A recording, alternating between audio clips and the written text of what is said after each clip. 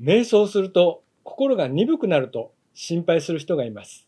確かにやり方によっては心が鈍くなってしまいます。どのようにすれば心が鈍くない瞑想をすることができるのでしょうか。今日はそれについてお話しします。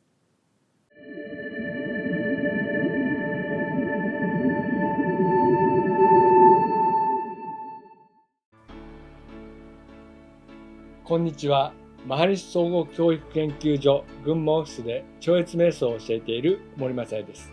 さて、あなたは瞑想についてどのようなイメージをお持ちですか？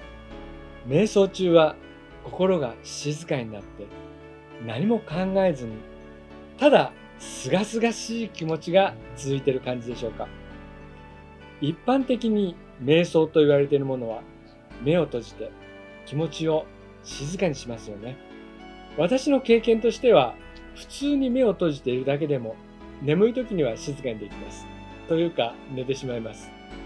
気持ちが興奮している時には目を閉じてもいろんなことを考えてしまって落ち着きません。目を閉じるだけの瞑想の場合はこのような感じになると思います。今日は超越瞑想の、この本ですね、310ページ、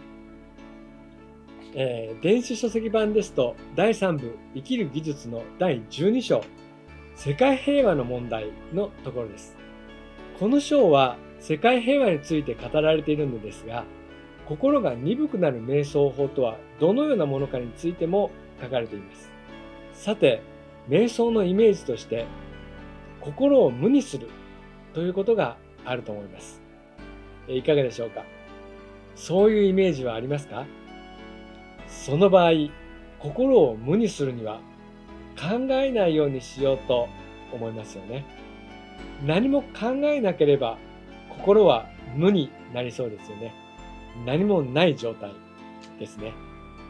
いざそれをやってみようとすると、多分考えないようにしようって考えて、今考えないようにしようって考えてた。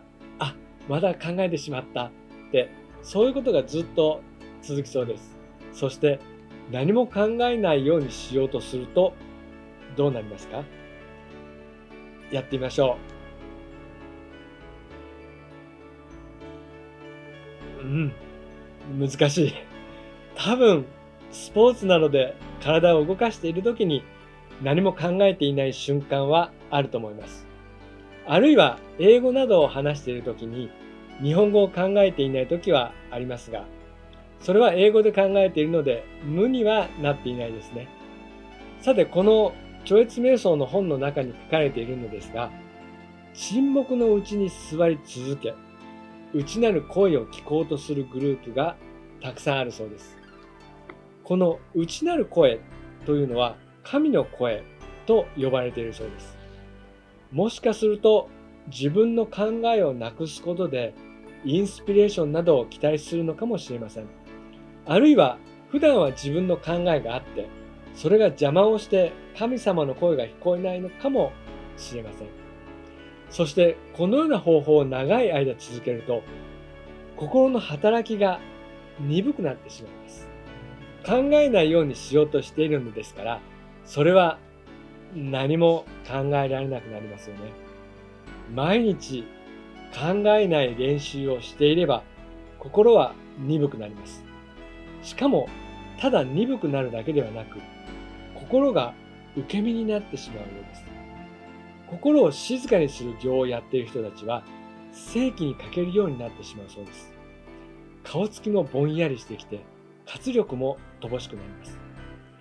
見かけは平和ですが、人生においては消極的です。それは人生の能率だけではなくて、生命そのものを犠牲にしているようです。心を静かにすれば、超越瞑想の体験ができるだろうと期待して修行することも無駄です。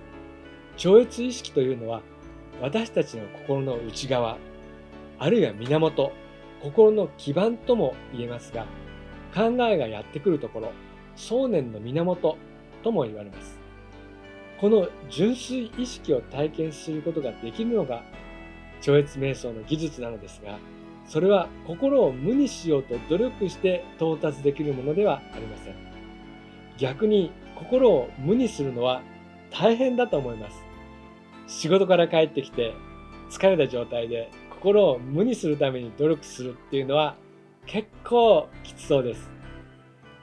それとですね、雑念っていう言葉があります。これは私たちの心の中で考えているものです。常に何かしら考えていますので、それらを雑念と呼んでいます。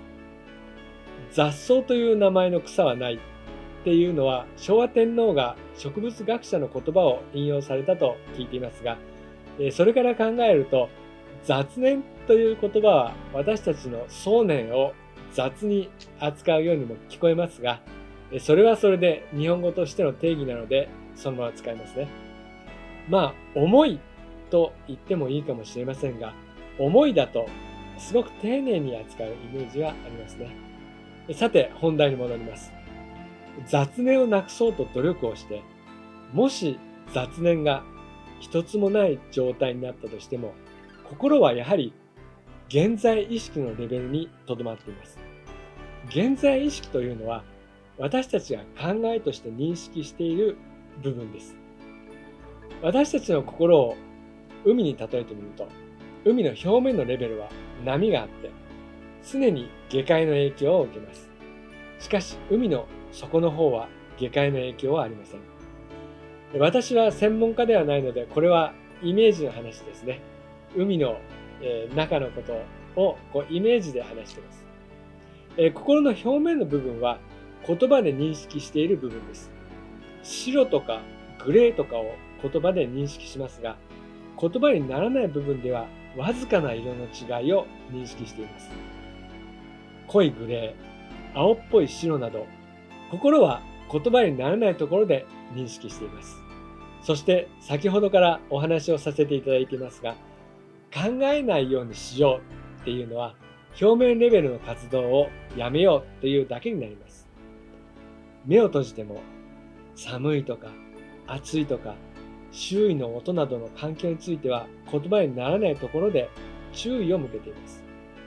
それなので表面的には考えがなくなって自分では無活動のように思っていてもそれはまだ活動の中にいます。必要なのは心を空にする努力ではなくて現在意識を思考の微細な状態に導いていってついには最も微細な状態を超越して積極的な存在の状態に達することです。これは言葉にすると難しいのですが超越瞑想を行うだけです。超越瞑想はマントラと呼ばれる音、あなたに合った音が選ばれてそれを心の中で思います。そうすることで存在の状態に到達します。心の奥底、心の源、それが存在と言われるものです。心を超越するとも表現できます。それなので超越瞑想と言われています。心を鎮める修行を行っている人たちは人生において平和を感じるかもしれません。しかしそれは想念を否定していることにもなります。そのような修行を行うと心は鈍く不活発になってしまいます。そうするとどうなるでしょう？はい、そうです。何かを体験したり活動する領域で活力を失ってしまいます。心が活動しないのですから当然ですよね。その代わり少し平和な感じはするようです。不安や心配がない、悪いことに目を向けないっていうのはその時は平和ですよね。そういう感じかもしれません。しかし何か重大な問題が起こったり何か機敏に対応しなければいけないような、そういうことが起こると対処が遅れてしまいます。それは無活動の習慣があるからですね。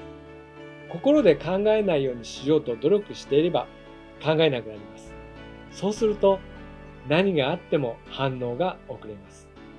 問題に対処できないというのも困りますが、自分の遊びや旅行も心の活発さがないと楽しめない気がします。そして何も考えない習慣の人は何かあった時に対処することができずに緊張してしまいます。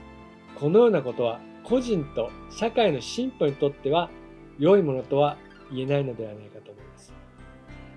今回の内容はこの超越瞑想の本の中の心の平和、そして世界平和のところなので、本来は心と平和について話をしたいところなんですが、超越すると心が鈍くなるという人がたまにいますので動画にしてみました。ではまとめです。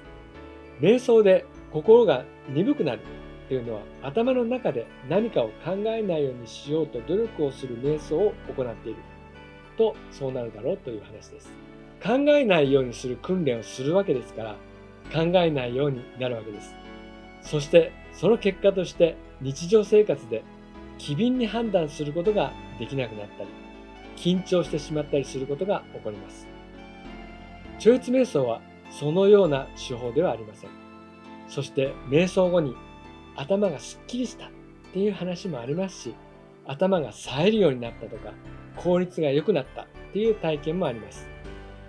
瞑想すると心が鈍くなるということは実際にあるようですが、超越瞑想は逆に心の鈍さが取れて心が機敏になってくると言われています。瞑想という言葉は同じで、瞑想している姿も同じですが、頭の中で起こっていることは全く違います。超越瞑想に興味を持たれた方は、ぜひ実際に超越瞑想を行っていただきたいと思います。今日の動画はここまでです。もし超越瞑想をまだ学ばれていない方がいらっしゃいましたら、全国のセンターで行われている超越瞑想の説明会にご参加いただければと思います。今日もご視聴いただき感謝いたします。ありがとうございました。